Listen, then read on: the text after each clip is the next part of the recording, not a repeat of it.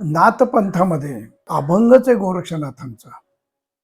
गुरु ने बात सुनाया रे, मुझको फकीर बनाया रे. गुरु ने बात बनाया रे, मुझको फकीर बनाया है. आउट हाथ का मानव पिंजड़ा, आउट हाथ का मानव पिंजड़ा, सोहम पोपट बोले. गुरु ने बात बनाया रे, मुझको फकीर बनाया रे. चिदाकाश की कफनी डाली, चिदाकाश की कफने डाली, हाथ में चिन्मय झोली रे. गुरु ने बात सुनाया रे, मुझको फकीर बनाया. नमस्कार, देवमाजावरती स्वागत आहे. आज आपल्याबरोबर श्री सुधीर आंडेडे काका आहेत. हा आहे एपिसोड 2. आपली सिरीज चालू आहे नाथपंथ आणि त्याच्यातून नवनाथ. बोल गोरक्षनाथ महाराज की जय. बोल बाबा हरनाथ महाराज की. गुरुमावली ज्ञाननाथ महाराज की जय. अवधूत चिंतन श्री गुरुदेव दत्त सिद्ध हो. आदेश आदेश. आपण या देव माझा याच्यातून चॅनलमधनं पॉडकास्टमधनं नवनाथ आणि जास्त करून नाथपंथ, मच्छिंद्रनाथ गोरक्षनाथ, त्यांचं कार्य, त्यांची उपासना पद्धती, नंतर त्यांनी जगाकरता केलेलं सहाय्य, हे कसं केलं, उपासना कशा केल्या, त्यांना दीक्षा कशी मिळाली, याबद्दल आपण सगळं विचार करतोय. आणि त्या अभ्यासानुसार आपण काल मच्छिंद्रनाथ की नवनाथ उत्पन्न कुठपासून झाले, की यांचे विचार कधीपासून ठरले, की श्रीहरींनी त्यांना सांगितलं नवनारायणनी पुढे जन्म कसे घ्यायचे, काय घ्यायचे. त्यानंतर काही दिवस लोटल्यावर मग शिव आणि पार्वती संवाद झाला. शिव पार्वती संवाद होऊन त्यातनं पार्वतीने त्यांना सांगितलं की मला मुक्त करा. त्यावेळेला ते म्हणले की तुझ्या मनात उत्पन्न व्हायला पाहिजे, त्याच्याबद्दल आस उत्पन्न झाली पाहिजे. ती ज्या वेळेला आस उत्पन्न होईल त्याच वेळी ते क्रिया घडते, त्याशिवाय ती क्रिया घडत नाही. आणि आता मला आनंद आहे की हे तुला कळण्याकरता आतून तुझी आस उत्पन्न झाली, ओढ उत्पन्न झाली. आता मला सांगायला हरकत नाही. म्हणून शेवटी ते दिवस ठरवून नंदीवर बसून ते यमुना जलतटे जाऊन तिथं त्यांनी सगळा पार्वतीला उपदेश केला. पार्वतीला नाथपंथाची दीक्षा दिली, तिला उमानाथ म्हणून नाव ठेवलं. आणि शेवटी पार्वतीपासून म्हणजे शिव, पार्वती, गणपती, मच्छिंद्रनाथ, गोरक्षनाथ, गहिनीनाथ अशी सगळी परंपरा ती आलेली. आणि ती जी परंपरा आलेली ती निवृत्तीनाथ ज्ञानेश्वर, आणि ती परंपरा परमपूज्य योगी ज्ञाननाथजी यांच्यापर्यंत ती परंपरा, त्या परंपरेतले हे 17वे आहेत. म्हणजे ही आपली नाथ परंपरा जी आहे ते अनादी तिथपासून आलेले, माऊलीच्या याच्यापासून आलेले. त्यामुळे ह्या सांगण्याला आणि याला जास्त महत्त्व मी देतो, की वडिलांकडनं ज्या ज्या गोष्टी कळल्या आणि मी अभ्यास केला त्याप्रमाणे आम्ही सांगतो. की आपण अभ्यास केला की मच्छिंद्रनाथांचा जन्म बघितला आपण, कसा काय झाला. त्या कोळ्याने त्यांना सांभाळलं, पुढं त्यांनी त्यांना मुस्काडीत मारली आणि तिथून ते निघून गेले. कारण हे कुठंतरी टर्निंग पॉईंट झाला पाहिजे, त्याशिवाय ताटातूट दोघांची होत नाही. जरी हे सांभाळणारे असले तरी त्याच्यामध्ये अडकलेला असतो त्यांचा जीव, की आपण मूत घेतलं तरी त्याच्यात जीव आपला अडकतोच. घेतलं त्याप्रमाणे त्यांचं होतं. आणि आंतरिक ओढ शेवटी त्या ह्याच्याप्रमाणे. पण त्या आंतरिक ओढीला सुद्धा मच्छिंद्रनाथ सुद्धा कुठं बांधून राहिलेले नाही आहेत. कारण मुळात त्यांच्या बीजामध्येच ती प्रवृत्ती आहे की कुठेही अडकून राहायचं नाही. त्याकरता मच्छिंद्रनाथ पुढं बाहेर पडले आणि बाहेर पडून यात्रा करत करत करत त्यांच्याबरोबर त्यावेळेला कोणी नव्हतं. ते यात्रा करत त्यांना एकच ध्येय होतं की त्यांच्या कानामध्ये जेव्हा सांगितलं होतं की बद्रीनाथ जा, त्यावेळेला मच्छिंद्रनाथ बद्रीनाथाला गेले, केदारनाथाला गेले, दर्शन घेतलं. बद्रीनाथाला ते नारायण मंदिरात गेले. तिथे त्यांनी विचारलं की महादेव कुठे आहेत. नारायणाने विचारलं की मूर्ती होती तिथं नारायणाची, की महादेव कुठे आहेत. त्यांना काही उत्तर मिळालं नाही. आता वय त्यांचं लहानच होतं. मग विचारल्यावरती इकडे बघायला लागलं की महादेव मला सांगितलं भेटतील म्हणून, आणि महादेव तुला पुढची उपासना देतील, तर महादेव कुठे. हे विचारल्यानंतर ते थोडेसे नाराज होऊन मंदिराच्या बाहेर पडत होते. त्यावेळेला त्यांच्या कानावर शब्द आले की तू असा सैरवैर होऊ नकोस, घाबरू नकोस, महादेव तुला भेटणार आहेत आणि त्याची व्यवस्था सगळी केलेली आहे, पण ती वेळ आल्याशिवाय ही घटना घडणार नाही. तर तू तुझी उपासना चालू कर. आता मुळात बीजच असल्यामुळे माशाला पोहायला शिकवायची काही गरज नाही. त्यामुळे हे काय करायचं हे मच्छिंद्रनाथांना शिकवायची काही गरज नाही की पुढे काय करायचं काय नाही, त्यांना सगळं माहिती होतं. उपजतच ज्ञान त्यांना होतं. त्याप्रमाणे ते बाहेर आले. बाहेर येऊन त्यांनी बघितलं तर अंधार पडायला लागला होता आणि अंधार पडायला लागला, किरण अंधार झाला. तिथं त्यांनी थोडीशी झाडाच्या फांद्या घेतल्या, साफसफाई केली. त्या औदुंबराचं झाड होतं, त्या झाडाखाली बसले. बसून त्यांनी विचार केला की आपल्याला छत काही नाही आहे, आबाळ हेच छत आहे आपलं. तर आपण काय करायचं आता, याच्यापुढे उपासना कुठं बसून करायची? उद्या पाऊस आहे, थंडी आहे, सगळं आहे. शारीरिक दृष्टीप्रमाणे विचार करायला पाहिजे. त्याप्रमाणे ते विचार करत असताना औदुंबराच्या झाडातून प्रकाश आला आणि तो प्रकाश वेढा मारून एका गुहेपाशी गेला. ती गुहाची शिळा उघडली. मग त्या प्रकाशाच्या मागं मच्छिंद्रनाथ गेले.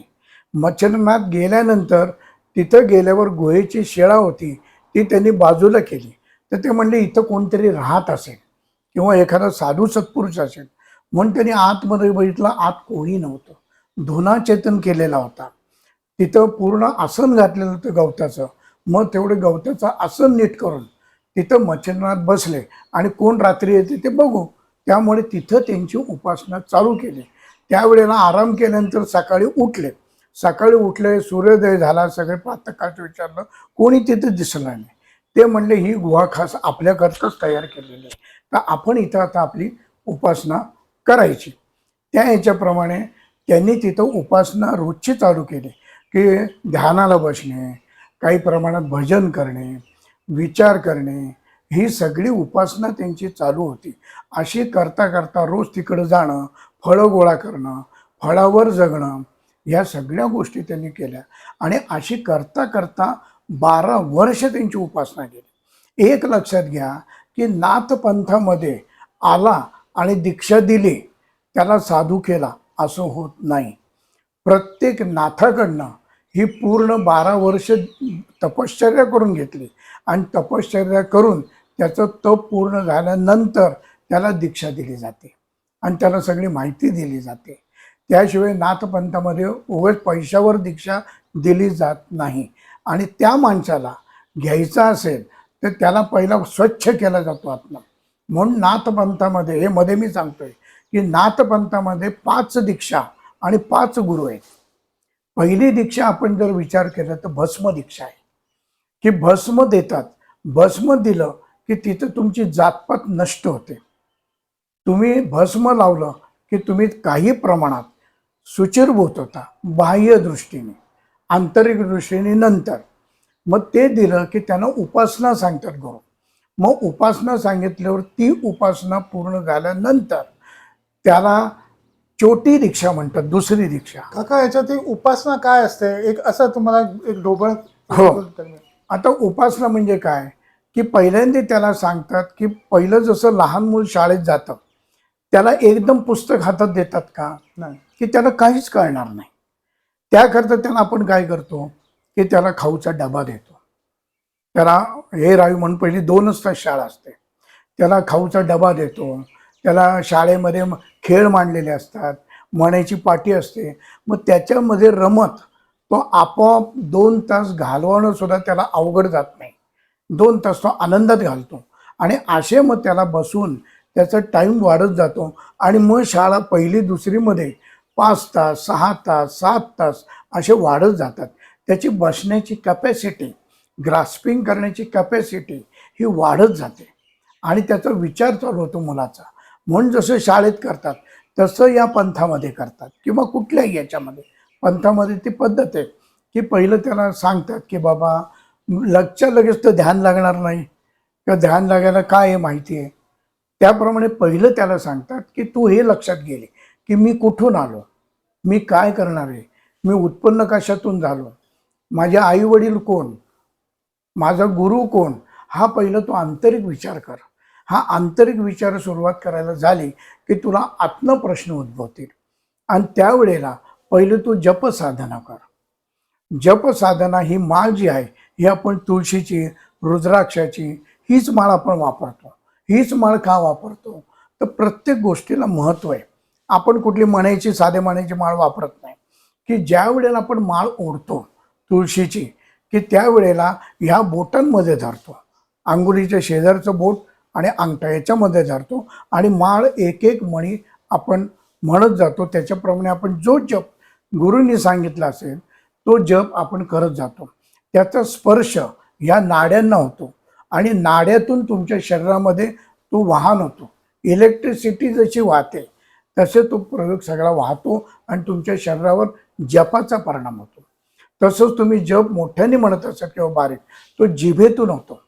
मग जिभेतून जप झाला परावर, परा पश्यंती, मध्यमा हे सगळ्या ज्या आहेत त्या पण परवर तुम्ही केलं की तुमच्या जिभेमुळं टाळूला जीभ लागली की आपोआप तुमच्या त्या क्रिया सगळ्या घडत जातात. यातून खेचरी मुद्रा सुद्धा प्राप्त होते. तुकाराम महाराजांना झाली होती ती मुद्रा प्राप्त. या सगळ्या गोष्टी आहेत त्याचा परिणाम तुळशीच्या याने होतो. रुद्राक्षाच्या याने सुद्धा तो परिणाम होतो. त्यामुळे पहिली त्याला माळ ओढायला होतात. मग पहिली 108ची माळ होतं. 108 याला सुद्धा महत्त्व आहे. त्यानंतर पुन्हा त्याला ते झाल्यानंतर काही वेळ झाला की त्याला सांगतात काहीतरी ग्रंथाचं वाचन कर, की त्याची बैठक तयार करतात की माणूस एक सलग बसत नाही.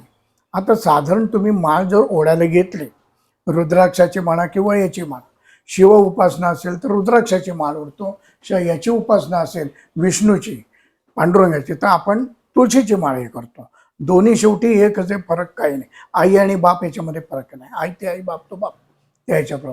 त्याच्याप्रमाणे माळ आपण घेतो, माळ सुरुवात करतो. पण आपण जर बारकाईने बघितलं साधकांनी तर आपण 108 मण्यांची माळ असते. पण डोळे मिटून आपण 108 मेरू मणी येईपर्यंत थांबतो का हो? आपलं मन स्थिर राहतं का? ते डोळे खोलून बघतो की संपायला आले की 2 सेकंद झाले की असं वाटतं बराच वेळ झाला बाबा, हा मेरू म्हणे आलाय की नाही, कधी येणार आहे. आपलं लक्ष त्या माळेकडे जातं. म्हणजे जे आपण करायला पाहिजे, जिकडं आपण कनेक्टिंग व्हायला पाहिजे शब्दातून जपातून, ते न होता आपलं काउंटर चालू असतं. माळ फक्त आपण फिरवतो पण आपलं मन सगळीकडे फिरत असतं आणि ते मन स्थिर व्हावं म्हणूनच माळ हातात दिलेली असते. पण ती होत नाही. मेरू म्हणे आता येणारच आहे. आपण अध्याय वाचायला घेतला तर आपण पहिलं कुठलाही माणूस घ्या, अगदी माझ्या सकट मी म्हणतो, आपल्याला माहिती असतं ना नवनाथ पारायण किती वेळाला केलं किंवा कुठल्या पोथीचं. त्यामुळे आपल्याला माहिती पहिला अध्याय कितीचा, दुसरा अध्याय कितीचा, त्याचे हे किती आहेत की 39 आहेत, 40 आहेत, 28 आहेत, माहिती असतं आपल्याला. तरी आपण बसलो की वाचायच्या आधीच तो अध्याय किती याचा आहे तो बघतो उलट. काही गरज आहे का? आज आपल्याला कळलं की 5 अध्याय वाचायचे, सुरुवात करायची, 5वा अध्याय संपला की बघायचं. त्यावर बघायची काय गरज आहे आपल्याला? 5वा अध्याय झालं थांबायचं. आपण बसमधनं प्रवास करताना आपलं एकदा ठरतं ना की आपण पिंपरी चिंचवडला उतरायचं, त्या बसमध्ये बसलोय, मग आपण मध्येच उडी मारतो का? काही गरज आहे उडी मारायची? आपलं पिंपरी चिंचवडी निवांत बसायचं. त्याप्रमाणे मेरूमणी येईपर्यंत तुम्ही शांत बसा, तुम्ही त्या जपाकडे लक्ष द्या. अध्याय होईपर्यंत त्याच्यात काय लिहिलंय याच्यामध्ये तुम्ही रमा, त्या शब्दामध्ये त्याचा आनंद घ्या. 5 अध्याय तुमचे कंप्लीट होणारच आहेत. पण ही लोकांची वृत्ती आहे, त्याला आपण काही म्हणू शकत नाही. त्याप्रमाणे म्हणू शकायचं नाही, प्रश्न नाही काका. ती वृत्ती आहे ना ती बदलायला हवी. बदलायला रिझन की जेव्हा, कारण फायदा शेवटी आपल्यालाच आहे. फायदा शेवटी आपला जेव्हा पोथी वाचायला बसतात लोक पहिल्यांदा घड्याळाकडे बघतात. घड्याळाकडे बघतात की घड्याळचं फोटो, म्हणून माझ्या इथलं मी घड्याळच काढून टाकलो होतं. अच्छा. घड्याळ ठेवलंच नाही, नाहीतर ती मी अर्धा तास मागं करायचो, कारण सारखे मागं बघायचे. अरे तुम्ही आयुष्यातला 1 तास जर तुम्ही देवाकरता देत तो असाल देवासाठी नसतो, तो आपल्यासाठीच असतो. तर मोजता कशाला तुम्ही? 1 तास आपल्याला जायचंय ना, संपलं. मग संसार आपण बाजूला होऊन कशा करता येतो बरं. की मन शांती करता येतो. आपल्याला काहीतरी मिळावं शांतताला म्हणून आपण येतो, पण त्याच्या व्यतिरिक्त उद्योग करतो आपण की आपलं लक्ष बाहेर.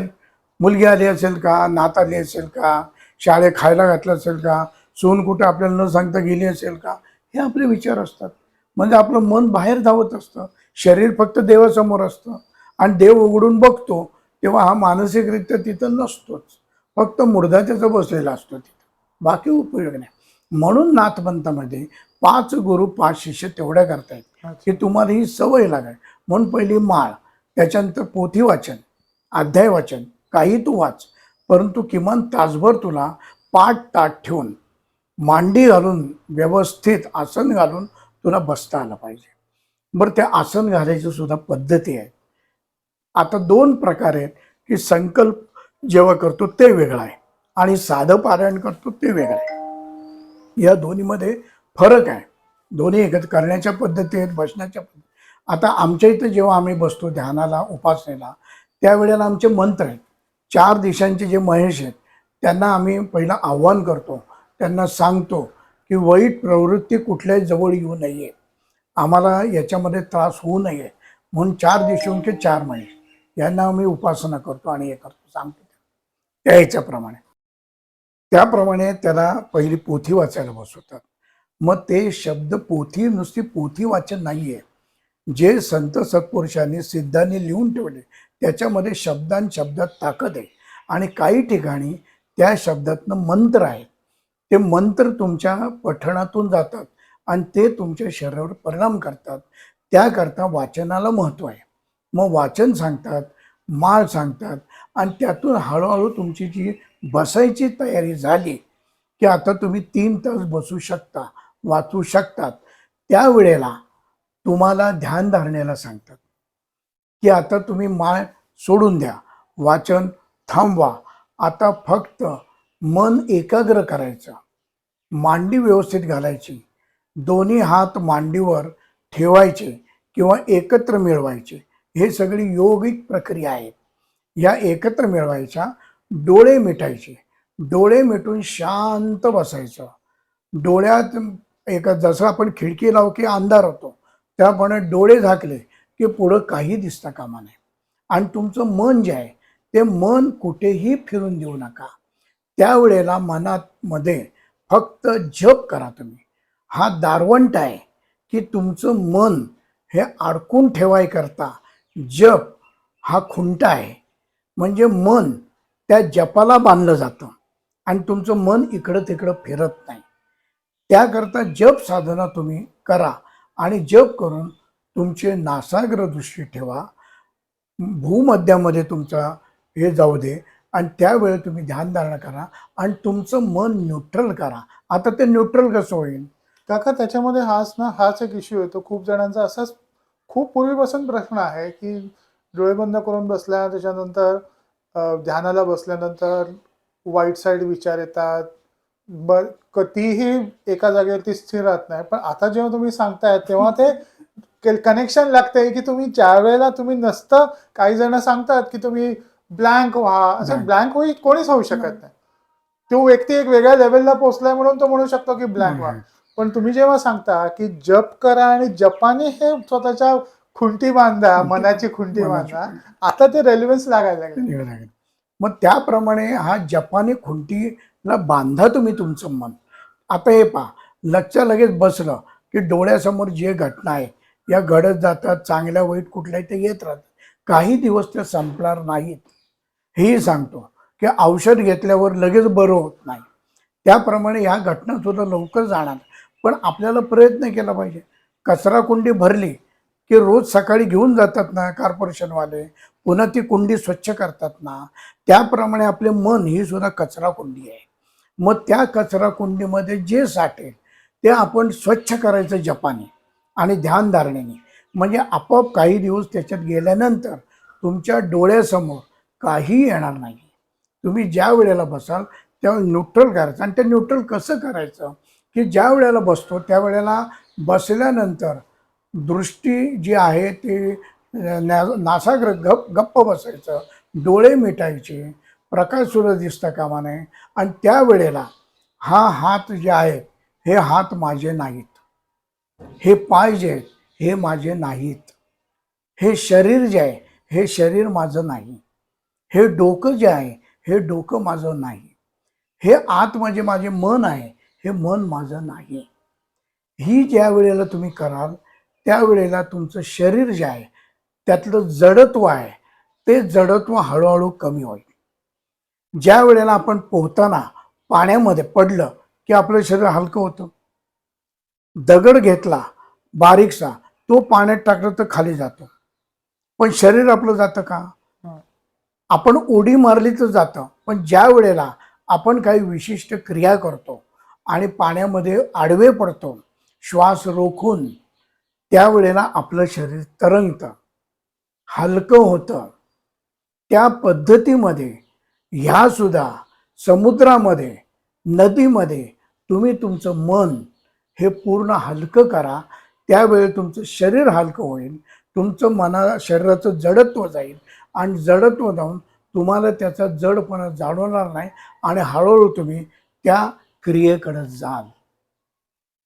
आणि त्यातून त्या क्रियेमध्ये गेल्यानंतर काही दिवसांनी तुम्ही तुमचे राहणार नाहीत. आपण अस्तित्व आहोत आणि मी हा तुमचा पूर्ण गळून जाईल, बाजूला होईल, की त्यावेळेला मी कोण हे राहणारच नाही. फक्त तुमच्या दृष्टीपुढे दिसेल तो अंधकार. आणि हा अंधकार जो आहे, रात्रीशिवाय सकाळ नाही आणि सकाळशिवाय रात्र नाही, काळाशिवाय पांढरं नाही, पांढऱ्याशिवाय काळं नाही, एकामेकाला महत्व आहे. त्याप्रमाणे हा अंधकार आहे.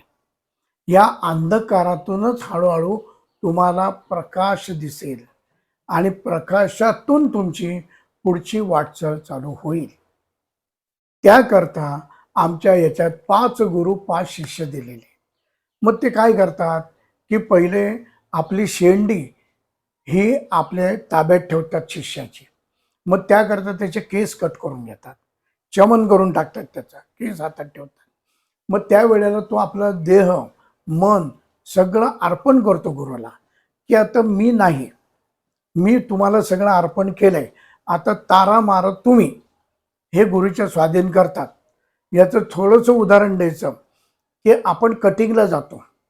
कटिंगला गेल्यानंतर आपण न्हाव्याच्या हातात आपलं डोकं देतो. आपण त्याला सांगतो का त्याच्या हातामध्ये सुरा असतो? आपण त्याला सांगतो का की असा कट मार, तसा कट मार, हे दे? आपण त्याला काय म्हणतो, जे माझ्या चेहऱ्याला चांगलं दिसेल ते कर.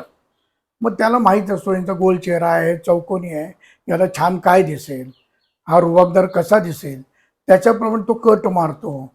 कट मारून व्यवस्थित कटिंग करतो, मान खाली वाकडे तिकडे करून सगळं व्यवस्थित आपले केस रचना करतो.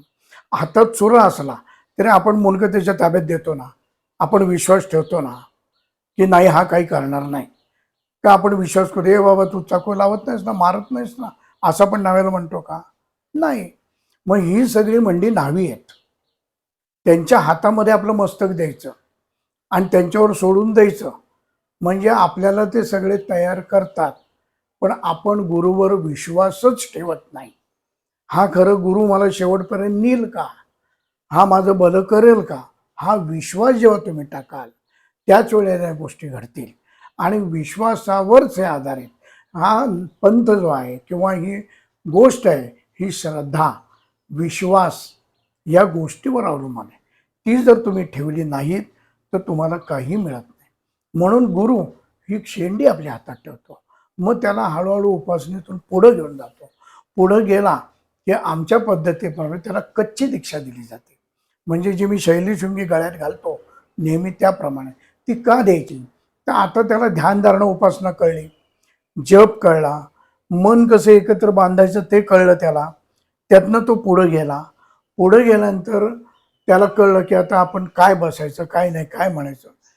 त्याप्रमाणे त्याला लोकरीचे 6 पदर असलेलं हे गळ्यामध्ये त्याच्या घालतात, की राग लोभ द्वेष मद मोह षड्रिपू त्याचे जे आहेत ते मोकळे व्हावे. आणि ज्या वेळेला हिमालयात किंवा याच्यात आपण बसतो त्यावेळेला ह्या ज्या 2 नाड्या आहेत, या नाड्या या गरम राहिल्या पाहिजेत. त्याकरता त्याची लोकरीचं विणलेलं असतं, किंवा बरेच वेळ काल आपण विचार केला मतंगा बांधलेला असतो. त्या याच्याकरता त्या सगळ्या गोष्टी ठेवल्या जातात. कारण बरेचसे सिद्ध हे हिमालयात राहतात, हिमालयात उपासना करतात, खाली फार कमी याच्यात असतात. त्याकरता त्यांना तो वेश त्याच्याप्रमाणे दिलेला आहे. मग त्याप्रमाणे त्याला शैलशृंगी घालतात. त्या शैलशृंगीमध्ये आणि ती ठरलेलं माप आहे. उगाच अंदाजे माप घेतलं गोल केलं तसं नाही. त्याप्रमाणे जानव्याच्या गाठी जशा ठरलेल्या आहे तसं त्याचं माप 3.25 हाताचं ठरलेलं आहे. ते घेऊन त्याच्यामध्ये एक रिंग असते तयार केलेली. ती रिंग जी तयार करतात ते हरणाच्या शिंगापासून तयार करतात. ते रिंग त्याच्यामध्ये अडकवतात आणि ती अडकून त्याला सांगतात हे शून्य आहे. या शून्यातून सगळं निर्माण झाले. जग जे निर्माण झाले ते शून्यातून निर्माण झाले. त्यामुळे या विश्वाला महत्व आहे म्हणून ती प्रक्रिया ती करतात. त्याच्यानंतर त्याच्यामध्ये एक मणी बांधला जातो. तो मणी शक्तीचा मणी आहे की शिवशक्ती आपल्या शरीरामध्ये आहे. त्याप्रमाणे शक्तिरूप म्हणून तो मणी बांधतात. खाली रुद्राक्ष बांधतात की शिवस्वरूप आहे. प्रकृती आणि शिव याच्याशिवाय कुठली गोष्ट घडत नाही. त्याप्रमाणे ते रुद्राक्ष असतो त्याचं हे म्हणून. आणि त्याच्या खाली बरोबर शिंगी असते म्हणजे शिट्टीसारखं शिंगी असतं. ती शिंगी हरणाच्या शिंगापासून बनवलेली असते. बाकी कुठल्याही नाही. हल्ली चांदीच्या बनवतात, सोन्याच्या बनवतात, पण प्रत्येक गोष्टीला महत्त्व आहे. हे जे आपण घालतो हे चांगलं दिसण्याकरता घालत नाही तर त्या क्रियेकरता घालतो. तर त्या शिंगीने आपण जेव्हा ध्यानाला बसतो त्यावेळेला गुरुला आपण आदेश करतो किंवा गुरुला सांगतो की मी ध्यानाला बसतोय, उद्या काही घटना घडली तर तू मला वाचव. त्यामुळे गुरु तर तिथं कळतं. गुरु लक्ष ठेवतो की सिद्धाची उपासना बरोबर चालली का. त्याकरता ह्या क्रिया सगळ्या आहेत. आणि त्यावेळेला तो रुद्राक्ष जो आहे तो बरोबर या बेंबीला आदळत असतो. श्वास आजपाजप होतो त्यावेळेला.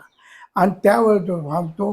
त्यावेळेला ह्या केंद्रातून सगळीकडे झंकार पसरले जातात आणि ते पसरून त्या क्रिया तुमच्या चक्रावर होत असतात.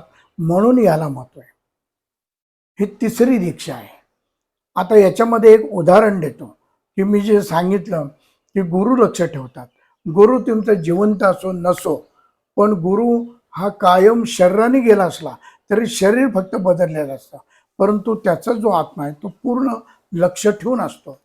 तो कुठेही जात नाही. त्या ह्याच्याप्रमाणे असतो. पर्वतीला आमचे वडील उपासना करायचे. परमपूज्य योगी ज्ञाननाथजी पेशव्यांच्या समाधीच्या शेजारी त्यांना खास उपासनेकरता 42 साली जागा दिली होती.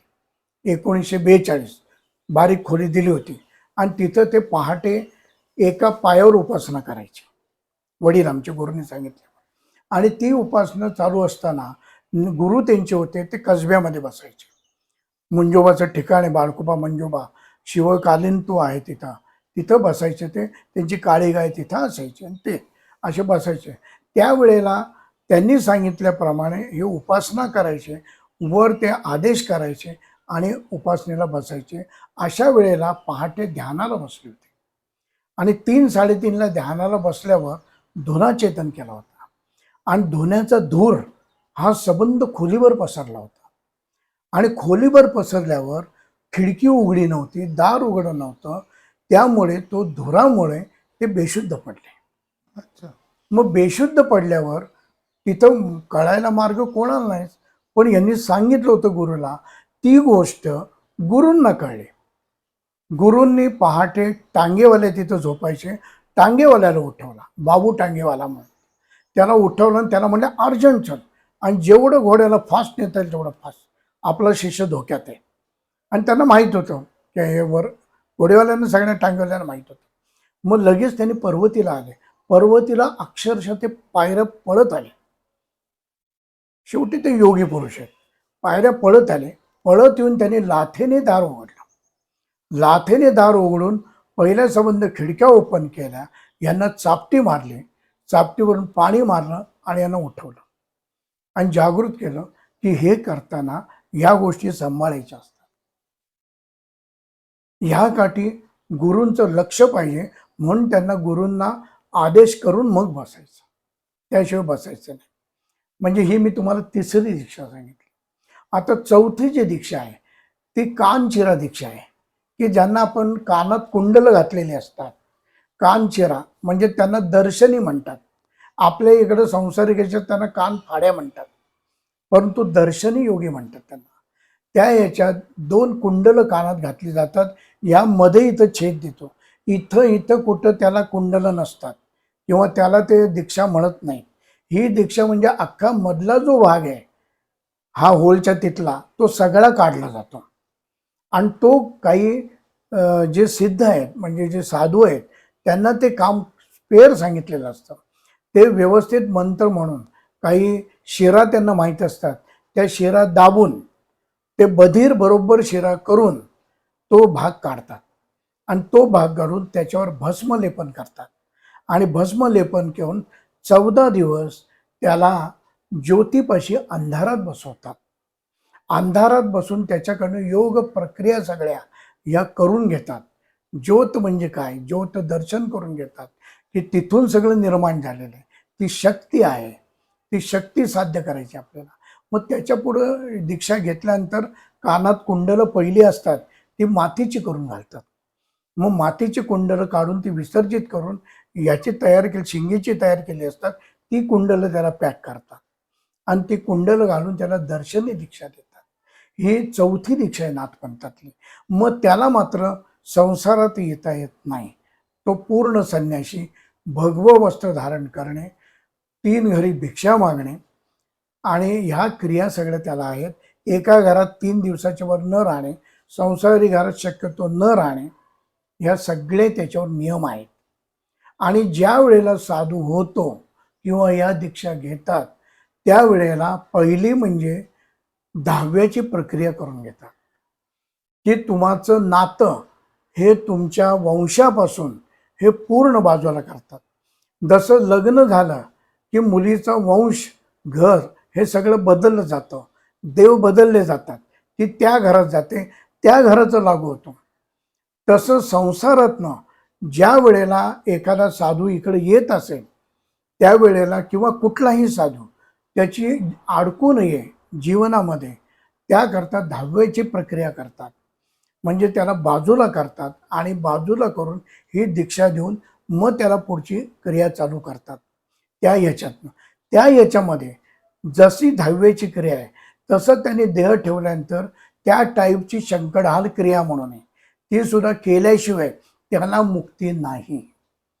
तो सुद्धा साधू जरी असला तर तो प्रेत अवस्थेत राहतो. त्याच्यावर क्रिया केल्याशिवाय तो मुक्त होत नाही. आणि कुठलाही जीव, मग तो संसारी असो, साधू असो, संन्यासी असो, त्याला ह्या क्रिया केल्याशिवाय मुक्ती नाही. बऱ्याच काका सॉरी तुम्हाला डिस्टर्ब करतो याच्यात. साधू आणि संन्यासी याच्यातला थोडासा फरक सांगा ना. आहे.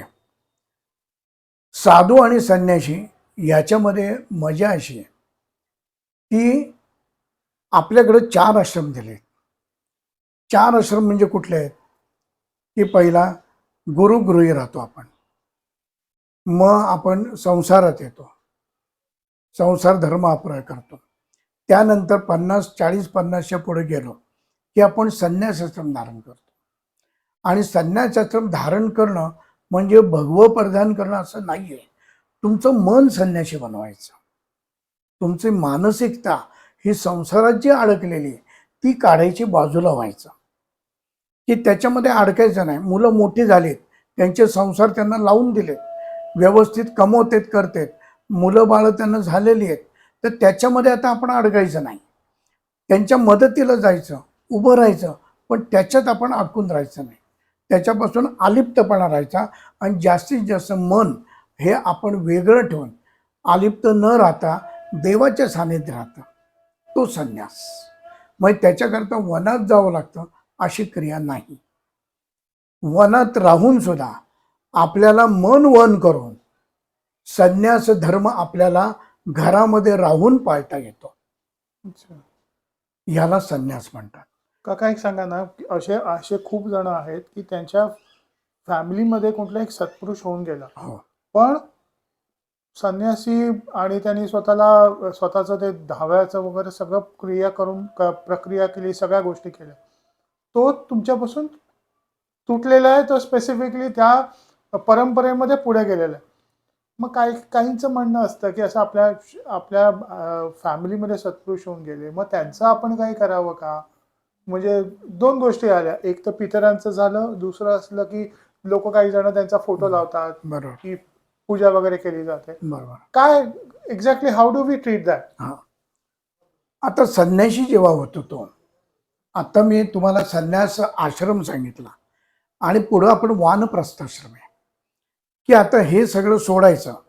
आणि जरी तुम्ही संन्यास धर्म मनाने घेतलात तरी काही ना काही गोष्टी घरामध्ये घडतात, की काही लोक म्हणतात बास तुमचं, उठा की आता, आता काहीतरी आम्हाला मदत करा, काम करा, किंवा काही गोष्टी बाद झाल्या तर एखाद्या कार्याला चला, हा त्रास होतो. मग त्याच्यापासून मिळावा म्हणून आपण वानप्रस्थाश्रम घेतो, की कुठल्या तरी आश्रमात मठात जाऊन रानात जाऊन आपण तिथं राहतो, की घरापासून पूर्ण दूर घरचा आपला संबंध आपण तोडून टाकतो, की तिथं जात नाही. आता साधू लोक हे लहानपणीच तोडून टाकतात, मग त्यांना कोण घरी आहे काय काही माहिती ओळखत सुद्धा नाही. काही लोक, ह्या क्रिया वेगळ्या वेगळ्या आहेत. आणि ज्या घरामध्ये एखादा संन्यासी असतो, सत्पुरुष असतो, त्यावेळेला आपण त्याचे फोटो लावतो आणि करतो. पण त्या माणसाची ही क्रिया केली का नाही, समजा जो असेल, आता ह्या बाबतीत आता थोडेसे आपण बाजूला येतोय हो, आपल्या ह्याच्यापेक्षा, नाही काका, पण हे बाजूला नाही, महत्वाचं पण आहे. कसं आहे की ते ते हे सगळ्या गोष्टी रिलेटेडच पण आहेत. महत्वाचं आहे, कारण ह्या बाबतीत मी बऱ्याच गुरुजी लोक जे आहे, तुमच्या 10वे-12वे करणारे किंवा तिथं ओंकारेश्वरावरचे, त्यांच्याशी मी चर्चा केलेली आहे. ते म्हणले की बरेच साधू संन्यासी असे आहेत, त्यांना समाध्या देतात, पुरतात समाध्या देतात त्यांचे शिष्यगण, कारण नातेवाईक कोणी नसते त्यांचा. परंतु ज्या गोष्टी त्यांना उद्धाराकरता करायला पाहिजेत, पुढच्या गती करायला पाहिजे, त्या यांना माहीत नसतात. आणि मग त्यांचे जीव त्याच्यात अडकतात. म्हणजे कशा पद्धतीत, की आता माझं आश्रम पुढं कोण चालवणार, हे होईल का नाही नीट, या गायी मी एवढ्या करून ते कोण पाळणार, असा इकडचा संसार नाही, पण इकडच्या संसारात त्यांचं मन अडकतं. आणि अडकून त्यांना पुढची गती मिळत नाही. मग ते काय करतात, ते साधक जे असतात त्या साधकांना त्रास देतात. अच्छा. साधकांना त्रास देतात, की तू माझं हे करेलस, तू मला हे करून, समोर येऊन काही वेळेला उभे राहतात. मग कुठं कुठं विघ्न काही आणतात, कारण त्यांचं पुरं व्हायला पाहिजे ना, हो. त्याकरता ते त्रास देतात. मग बऱ्याच अशा समाध्या उकरलेल्या आहेत. अच्छा. आमच्या वडिलांनी सुद्धा एक समाधी उकरलेली कात्रजला. मग त्यांना बाहेर काढून त्यांच्या क्रिया कराव्या लागतात, आणि ते क्रिया करून मग त्यांना पुन्हा समाधी द्यावी लागते, तर त्यांना पुढची गती मिळते, नाहीतर त्यांना गती मिळत नाही. त्या अडकून पडतात. म्हणून या गोष्टीला महत्व आहे. मग सत्पुरुषाचे जर फोटो लावले तर त्याच्या या गोष्टी केल्यात की नाहीत, या केल्या नसतील तर त्या विचारून नीट माहिती ज्याला आहे त्याच्याकडनं त्या करून घेतल्या पाहिजेत. याचे काही वेळेला त्याचे विपरीत परिणाम होतात, पण शक्यतो 99% ते सत्पुरुष हे स्वतः तयारीचे असतात. ते आपल्या शिष्याकरवी किंवा आपल्या घराण्यात ते सांगून ठेवतात. ओके. उदाहरणार्थ आता आमच्या वडिलांनी देह ठेवला, देह ठेवायच्या आधी मला सांगितलं, 6 महिन्यापूर्वी आधी सांगितलं की अशा अशा पद्धत मी देह ठेवणार आहे, मी समाधी घेणार होतो, परंतु काही गोष्टी करता मला वर्ण आदेश आल्यामुळे ती मी समाधी घेणार नाही, त्याऐवजी माझा अस्थिकलश कर आणि माझ्या उपासनेला महत्त्व दे, किंवा ह्या समाधी घेतल्यानंतर कुठेही त्याचा बाजार होऊ नये, त्याचा धंदा होऊ नये, त्याकरता मी हे कॅन्सल करतोय.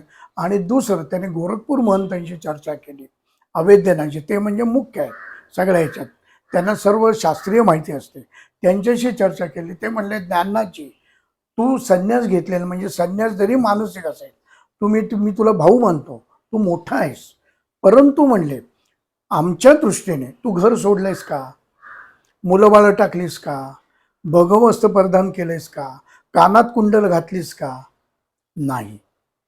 मग तू संसारिक आहेस, तर संसारिक असल्यामुळे तुझं धड साधू ह्याच्याप्रमाणे होणार नाही आणि संन्याशीप्रमाणे होणार नाही. बस जर दीक्षा तुला जी दिलेली आहे साधू म्हणून, ती उपासनेकरता दिलेली आहे. त्याप्रमाणे माझ्या मतानुसार तू तर पोचणारचे 100%, परंतु धड तुझे हेही होणार नाही ते होणार नाही. त्याकरता व्यवस्थित मुलांना सांगून तू तुझ्या ज्या क्रिया आहेत संसारिक त्या पूर्ण कर, म्हणजे तुला गती प्राप्त होईल. म्हणून त्यांनी स्पष्ट शब्दात सांगितलं. त्याप्रमाणे आमच्या वडिलांनी लेखी ठेवलं, रजिस्टर करून ठेवलं, मला सांगितलं, आमच्या भावांना सांगितलं. त्याप्रमाणे त्यांनी देह ठेवला. 2 दिवस आधी त्यांची चक्रावर कार्य चालू होती. ते त्यांच्या मूडमध्ये होते, काही घेत नव्हते. मीच बळून त्यांना डायरीमध्ये रस पाचायचो. 1 तास लागायचा मला. आणि त्याप्रमाणे शेवट नवरात्र आलं आणि त्याने गुरुला शब्द दिला होता की मी नवरात्र मरेपर्यंत करीन, त्याशिवाय मी सोडणार नाही. त्याप्रमाणे त्यांनी थांबून नवरात्राची उपासना आम्हाला सांगितली. नवरात्र पुढं मी गेल्यानंतर कसं करायचं हे लिहून ठेवलं, की प्रत्येक वर्षी नवरात्र कसं करायचं हे लिहून ठेवलं. आणि लिहून ठेवून पुढं साधकांना तुम्हाला कुठेही अडचण येऊ नये, कुठेही जायची गरज पडू नये, मला कोणात बघायची गरज नाही. नाही तर बऱ्याच ठिकाणी असं असतं की मी माझ्या गुरूंना गेलेत ना त्यांच्यात जाऊन पाहतो. अरे काय गरज आहे? तुझ्या गुरूने तुला भक्कम बनवलं तर तुझ्या दृष्टीपुढे तुझा गुरुच पाहिजे. बाकी काके मामे दुसरे कुठेही येता कामा नये. याच्यासाठी वेगळं उदाहरण मी येतो. उद्या तुम्ही गेलात आणि तुमची बायको जर म्हणली मी तुम्हाला त्यांच्यात बघते तर चालेल का? चालेल का? पटेल का? वर्ण खाली आल तुम्ही. त्याप्रमाणे ह्या गोष्टी सुद्धा आहेत. आपला गुरु तर आपलाच गुरु, दुसऱ्याला गुरु करायचं नाही. एकदा लग्न केलंय ना हे बास तोच आपला. त्याप्रमाणे ह्या गोष्टी लक्षात ठेवाय की कुठेही इकडं तिकडं पडू नये. आता गुरु गेलाय आमचं काय, म्हणजे तुम्ही गुरुकडनं काही घेतलं नाही हे स्पष्ट होतं. आणि मग वडिलांच्या सर्व क्रिया आम्ही व्यवस्था केला. आणि आपण जे म्हणतो की 10वी कशा करता करते, काय गरज आहे, काय संबंध आहे, गेले गेले, बरेचसे भडागणी देतात.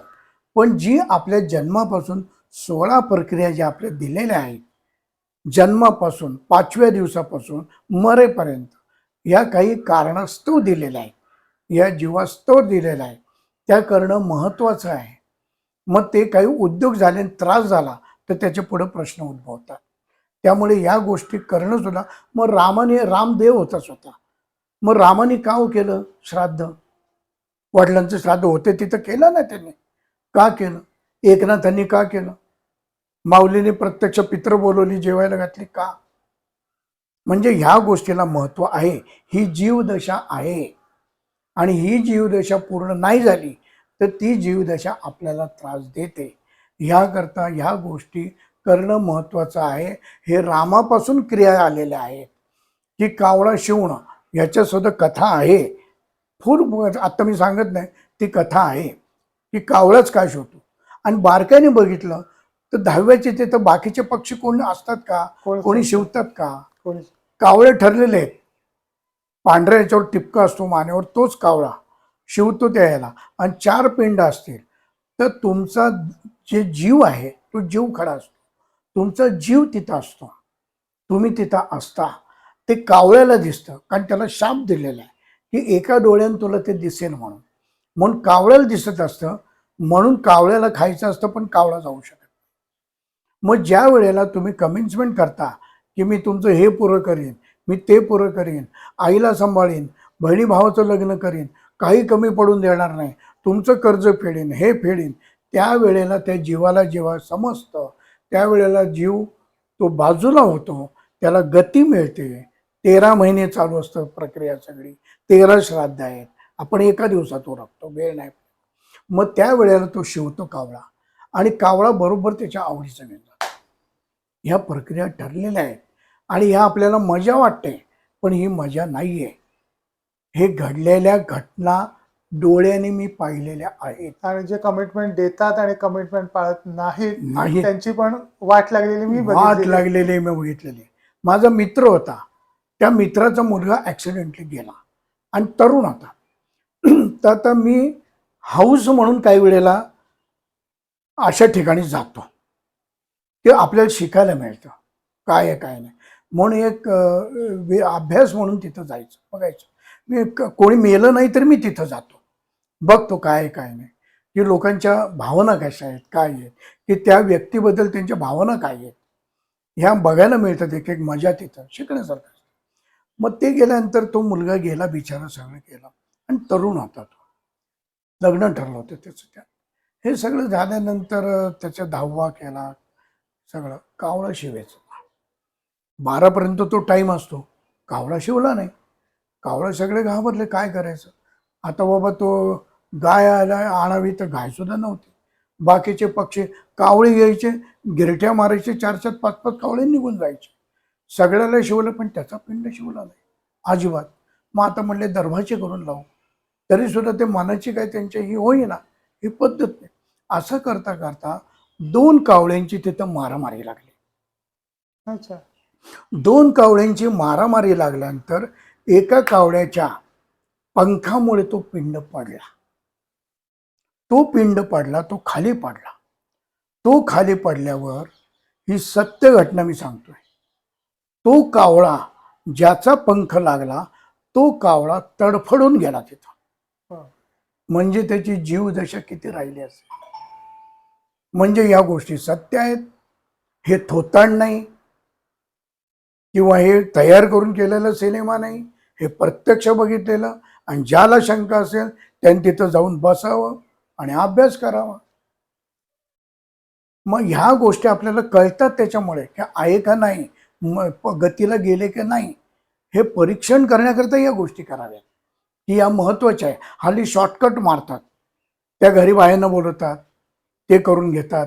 परंतु नाही, गुरुजींना सांगून आपले 4 पैसे त्या गुरुजींना गेले तरी चालतील. परंतु काही जे 12व्यापर्यंतच्या प्रक्रिया या तिथंच घडाव्या लागतात. या घरामध्ये करून चालत नाहीत. त्याचे दुष्परिणाम आपल्याला भोगावे लागतात. म्हणून त्या त्या क्रिया तिथंच करायच्या आणि त्यालाच महत्व आहे. आणि ते गुरुजींकडनंच करून घ्यावं. पैशाची तिथं बघू नये. नाही तिथं पैसा भरपूर खर्च करतो आपण. त्या काका, भानगडीत याचं पडू ना नये. तुम्हाला सांगतो की माझ्या एका कझिनचं असं आत्महत्या होती.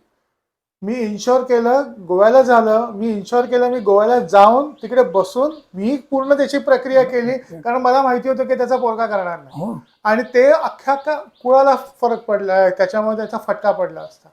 आणि आज तुमच्याकडनं एक समजलं की कुठेही समाधी दिसली जाऊन हात जोडू नका. आधी समाधी कोणाची आहे, कोण व्यक्ती होता ते जाणून घ्या आणि त्याच्यानंतर. हा, नाही तर बरा आलाय बाबा. हो. धरावा.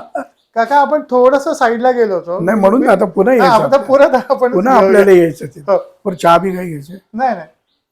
मग त्या हे झाल्यानंतर आपल्या याच्यात 5 प्रक्रिया आपण 5 गुरु 5 दीक्षा या सांगितल्या आणि त्याला अनुसरून या गोष्टी मी सांगितलेल्या आहेत की संन्यासी कसे असतात, सत्पुरुष कसे असतात.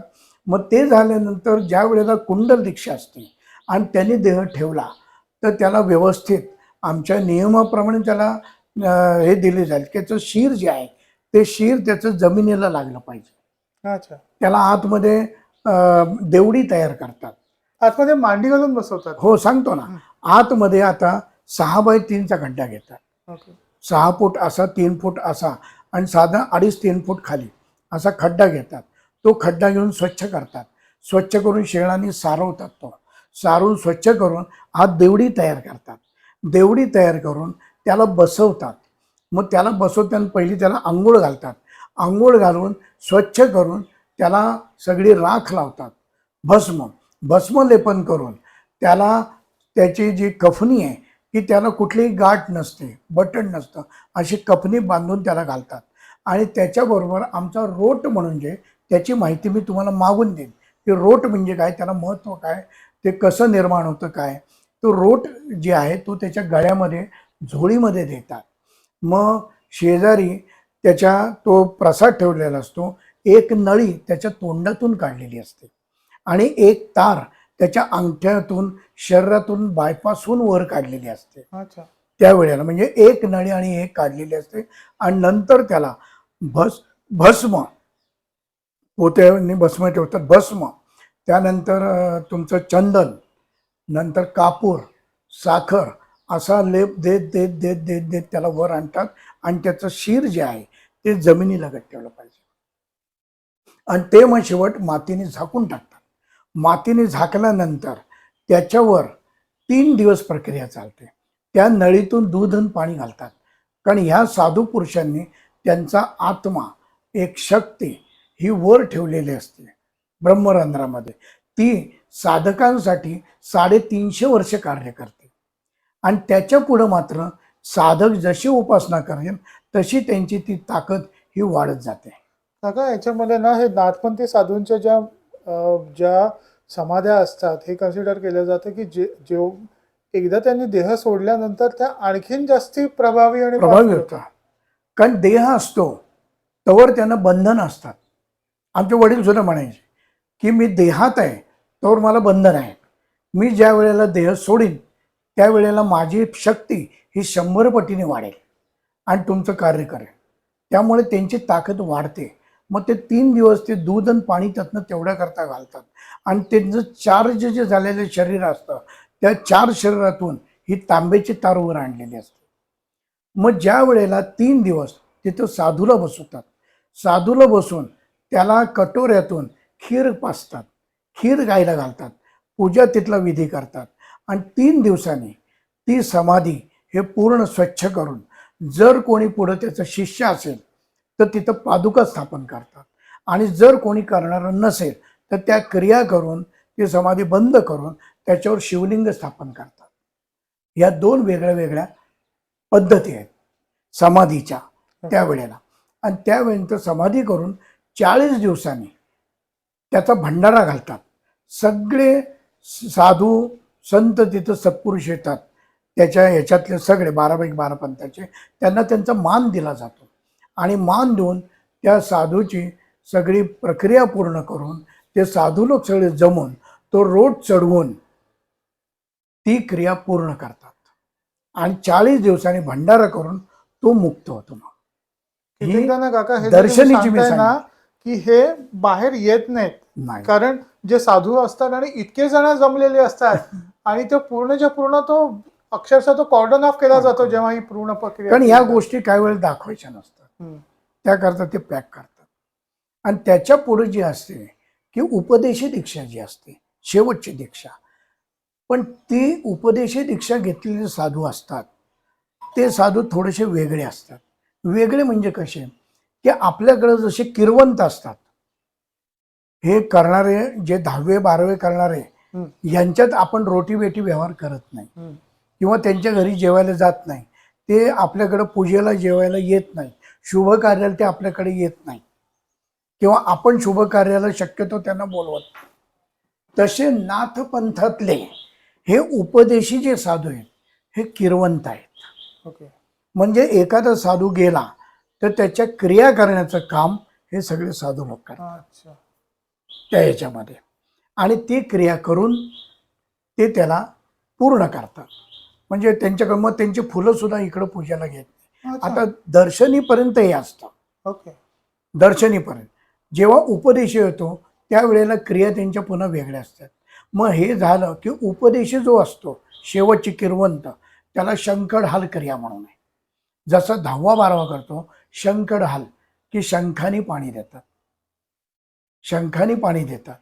आणि शंखाने पाणी देऊन काही विधी आहेत ते विधी करून हवन करतात, काही पुतळे तयार करतात, काही हे जिथं करतात तिथं सगळं पॅक करतात की एवढी सुद्धा जागा ठेवत नाही, इतकं पॅक करून टाकतात की दुसरा जीव मुक्ती करता तिथं आत येऊ नये. अच्छा. Okay okay okay okay. आणि काही ठरलेले साधू असतात म्हणजे उपदेशी म्हणून तेच फक्त आतमध्ये असतात, बाकी आत ज्या पछाडली तरी कोणी नसतं. मग एक दोरी ज्योत बांधलेली असते त्याला. अर्थात हे सुद्धा क्रिया मला खरं सांगायची परवानगी नाहीये, परंतु ते तयार करतात आणि एक एक पुतळा करतात, सजीवता निर्माण करतात. ओके. आणि ते पुतळे उठून आतमध्ये हवन होतं आणि तो मोकळा होतो त्याच्यात. मग ह्या दर्शन या 5 क्रिया आणि 5 दीक्षा आमच्या नाथपंथात आहेत. मग ह्या दीक्षा दिल्या जातात त्या त्याच्या साधनेप्रमाणे दिल्या जातात. मग त्यावेळेला मात्र एक लक्षात ठेवलं की आपण गुरुच्या मागे कधी लागायचं नसतं की मला दीक्षा कधी देताय, मी इतके वर्ष तुमच्या इथं येतो, एवढी सेवा करतो, तुमचं लक्ष नाही का माझ्याकडे, तुम्हाला माझ्याकडून काही पाहिजे का, अपेक्षा आहे का, हा मागून आले त्याला तुम्ही आधी दीक्षा कशी दिली. हे असे बरेच प्रकार तिथं चालतात. परंतु त्याला आधी दीक्षा दिली म्हणजे त्याचं मागचं पान किती पूर्ण झालंय हे तुला माहिती का? चांगदेव 1400 वर्ष जगले, माऊली 21 वर्ष जगली फक्त. पण फरक किती आहे? क्वालिटी. त्याप्रमाणे आपण जर विचार केला तर मुलगी वयात आल्यावर, मुलगा वयात आपल्याला सांगावं लागतं का? लग्न त्याचं आता तो म्हणतो का माझं लग्न करा, बघा. पोरगी म्हणत नाही माझं बघा आता काहीतरी. की ते जे नखरे करायला लागते, आरशापुढे उभं राहून पाड, भांग पाड, कपडे लत्ते भानगडी, हे हालचाली तिच्या, त्याच्यावर लक्ष येतं आपल्याला की आता मोठी झालेली आहे, पोरगं मोठं झालंय, आपल्या पुढं आपली चप्पल त्याच्या पायात यायला लागली, आता आपल्याला बघायला पाहिजे, आपण बघायला लागतो. तसा गुरु सुद्धा शिष्य हा त्या तयारीचा आलाय का नाही हे गुरुच्या लक्षात येतो आणि मग गुरु त्या दीक्षा देतो. त्या ह्याच्याप्रमाणे ह्या गोष्टी सगळ्या ठरलेल्या आहे. आता आपण पुन्हा मूळ ठिकाणी यायचं. काका थोडंसं आणि अजून थोडंसं डायव्हर्शन 2 मिनिटासाठी, की आपण जेव्हा आता टी व्हीवरती कुंभमेळ्याचं चालू आहे, नाशिकला येणार आहे, हे सगळे एवढे सारे आखाडे आहे, निरंजनी आखाडा, आणखी हो. हे सगळे हे एक्झॅक्टली काय असतं? म्हणजे सगळेच एक वेगवेगळे पंथ आहेत की काय आहे हे सगळं? आपण थोडंसंच घेऊया, नंतर आपण मूळ मुद्द्याकडे, नाही, कारण घेऊ ना. आम्हाला रेलेव्हेंट वाटलं त्याच्यामध्ये. जर घेऊ की हे साधू तुम्ही बघता, ते कुंभमेळ्यात साधू येतात तर काही लोकांनी काळा वेश केलेला असतो, काही लोकांनी भगवं घातलेलं असतं, काही लोकांनी पांढरं घातलेलं असतं, काहींच्या कानात कुंडलं नसतात, काहींच्या कानामध्ये कुंडलं असतात. ही नाथपंथाची दीक्षा काहींना असते, काहींना नसते, म्हणून ते नाथपंथीय नाहीत असं नाही. की हे 12 बेक आणि 12 पंथ आहेत. जसे आपल्यामध्ये 92 कोळी, 96 कोळी, किंवा आपल्यामध्ये कोकणस्थ, देशस्थ, ऋग्वेदी, यजुर्वेदी ह्या जे भाग आहेत, तसे नाथपंथामध्ये भाग आणि उपासनेच्या प्रक्रिया या वेगळ्या वेगळ्या आहेत. की मूळ पंथ जो आहे तो जरी नवनारायणने केला, परंतु शिव हे आद्य आहेत. की आपण प्रत्येक वेळेला विचार करतो ते आदिशिव आणि आदिशक्ती याच्यापासून शिवशक्ती निर्माण झाले, शिवाने रूप घेतली, शक्तीने रूप घेतली, त्याप्रमाणे मग आदिशिव, मग आदिशिवांनी पार्वतीला उपासना दिली, पार्वतीला केलं, पार्वतीने पुढं गणेशाला दिली, गणेशाने पुढं मच्छिंद्रनाथांना दिली, गोरक्ष मच्छिंदर, मच्छिंदराने पुढं गोरक्षांना दिली, गोरक्ष गहिनीनाथांना दिली, अशी परंपरा ती चालतात त्या ह्याच्याप्रमाणे. तर त्या पद्धतीप्रमाणे हे शिवाचे हे 18 कुळ, आपण त्यांना भाग म्हणू कुळ, आणि गोरक्षनाथांनी पुढं 12 कुळ वेगळे केली, म्हणजे 12 पंथ वेगळे केले, म्हणून शिवाचे 18 आणि गोरक्षाचे 12, म्हणून 12-18चा भेद म्हणतात. फरक हा तिथं आहे आणि त्याप्रमाणे त्यांच्या उपासना ज्या ठरलेल्या आहेत. आता शिवाच्या 18 वेगळे न्यायचे का? तर शिवाच्या उपासनेमध्ये तुम्ही आघोरीपणा जास्त आहे, भूत केत हा प्रकार जास्त आहे, जारण मारण उच्चाटन प्रकार जास्त आहे, प्रेतावर बसून खायचं ह्या उपासना जास्त आहे.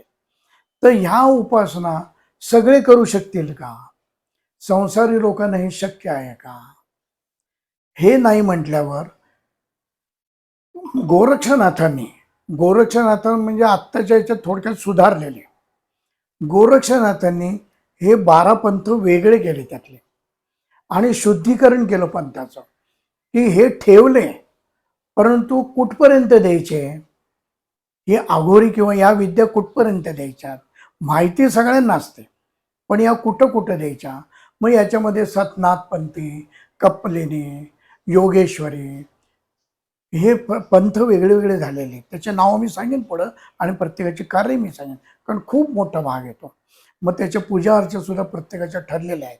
मग 12-18चे जे भेद आहेत हे अजूनपर्यंत आहेत, की गोरक्षनाथांचे 12 आणि 12 जे केलेले आहेत त्याच्यामध्ये जे सतनाथ पंथ किंवा इतर आहेत त्यांच्या ज्या प्रक्रिया आहेत, त्यांचे जे शिक्षण आहे हे शुद्ध पद्धतीचं आहे. अशुद्धता त्याच्यात नाही. पण आता मी पोलीस झालो की मला मारहाण करणंही माहिती, गुंडाशी तोंड देणंही माहिती, त्याचंही मला शिक्षण दिलेलंच. पण इकडं माणसाला बचावणं हेही मला माहीत असतं. तसं गोरक्षनाथांना जर कोणी आलं तर कसं त्याचा संहार करायचा हेही शिक्षण माहिती होतं. पण इकडं मानवाला काय द्यायला पाहिजे, पुढचे ते चांगले हे काय केलं पाहिजे, ह्यासाठीच त्यांचा अवतार आहे. त्यांचं कार्य जे गोरक्षात त्यांचं ते हेच आहे, दुसरं कारण आहे. म्हणून 12 आणि 18चा भेद. मग ज्या वेळेला कुंभमेळा भरतो, मग तो अर्ध कुंभ असेल, पूर्ण कुंभ असेल, की ज्या वेळेला शुक्र आणि चंद्र यांची एकत्र येतात त्यावेळेला कुंभ भरतो. आणि कुंभ म्हणजे काय, की ज्या वेळेला देव दानवांचं युद्ध झालं आणि याच्यातनं जो कुंभ निघाला, समुद्रातनं नवरत्न निघाली, त्याच्यामध्ये अमृत निघाला, तर तो अमृत कुंभ पळवण्याकरता देव दानवात भांडणं झाली. आणि भांडणं होऊन त्या याच्यातनं जे अमृताचे कण खाली पडले, जिथं जिथं पडले तिथं ते अमृत झालेलं पाणी आहे, म्हणून तिथं कुंभ भरला जातो. म्हणून कुंभमेळ्यात याला कुंभमेळा म्हणतात. काका, आपण आता आपल्या मेन पॉईंटवरती येऊया. जेव्हा सुरुवात केली होती तेव्हा तुम्हाला विचारलं होतं की हे मच्छिंद्रनाथ आणखीन गोरक्षनाथ यांचं जे रिलेशन होतं हो. त्याच्याबद्दल थोडंसं सांग. आता सांग. त्याच्यावर आपण त्या पॉईंट पर्यंत येऊ. यस, आता पुन्हा आपण रुळावर येऊ. हो. मेन रुळावर. आपण फिरलो सगळीकडं. हो. त्या रुळानंतर शेवटी मच्छिंद्रनाथ जे आहे, ती मच्छिंद्रनाथांना 12 वर्षे त्यांनी तपश्चर्या केली. 12 वर्ष होऊन गेल्यानंतर तवर त्यांच्या आंतरिक ह्याच्यातनं त्यांनी उपासना केली. तोपर्यंत मच्छिंद्रनाथ त्यांना गुरु कोणी नव्हते. अच्छा. 12 वर्ष त्यांच्या आंतरिक ह्याच्यातूनच त्यांनी उपासना केली. 12 वर्षांनी ज्या वेळेला ते बाहेर औदुंबरखाली बसले होते, त्यावेळेला तिथं महादेव स्वतः आणि दत्तगुरु प्रसन्न झाले, तिथं उभे राहिले. त्यावेळेला मच्छिंद्रनाथांनी त्यांना पाया पडले. पाया पडल्यावर त्यांच्या लक्षात आलं आपलेच वडील आहेत, महादेव आहे. मग महादेवांनी दत्तगुरूंना सांगितलं की हा माझा मानसपुत्र आहे, मच्छिंद्रनाथ हा माझा पुत्र आहे, तर याची पुढची जी क्रिया आहेत सगळ्या नाथपंथाच्या, या मी तुमच्या स्वाधीन करतो याला, तर ह्याला त्याच्यामध्ये तयार करा सगळं, हे पुढचं कार्य तुमचं आहे. म्हणून दत्तगुरूंच्या पाया पडला मच्छिंद्र बालक. त्यावेळेला ओक्साबोक्षी त्याच्या डोळ्यातनं अश्रू येत होते की आज हा सुवर्ण योग आहे की शिव आणि दत्त हे दोघेही आपल्याला गुरु भेटते. आणि ते गुरु भेटते, त्याच्यामुळे तो पाया पडला. पाया पडून त्यावर दत्तगुरूंनी त्यांना हाताला धरून उभं केलं, जवळ घेतलं, डोक्यावर हात ठेवला त्यांच्या. आणि त्याच वेळेला त्यांना दत्तगुरूंनी आणि महादेवांनी अंतर्मुख उपासना देऊन टाकली. तेव्हा त्यांच्या कानात जी दत्तगुरूंनी दीक्षा दिली आणि सोहम हे त्यांना सांगितलं, त्यावेळेला त्यांना आंतरिक दृष्ट्या दिली. आणि आता पुढच्या कार्याला तू पुन्हा हिमालयात भ्रमण करून जा. मग पुन्हा काही दिवस मच्छिंद्रनाथ हे पुन्हा त्या अवस्थेत होते की आता ते म्हणले मच्छिंद्र राहिलाच नाही आहे. मच्छिंद्र कुठं राहिला, तुम्ही त्याला तुमच्यात सामावून घेतलाय, असं महादेवन दत्तगुरूंना बोलले. मग दत्तगुरू म्हणले नाही, तुझा जो जन्म आहे तो पुढच्या कार्यासाठी आहे.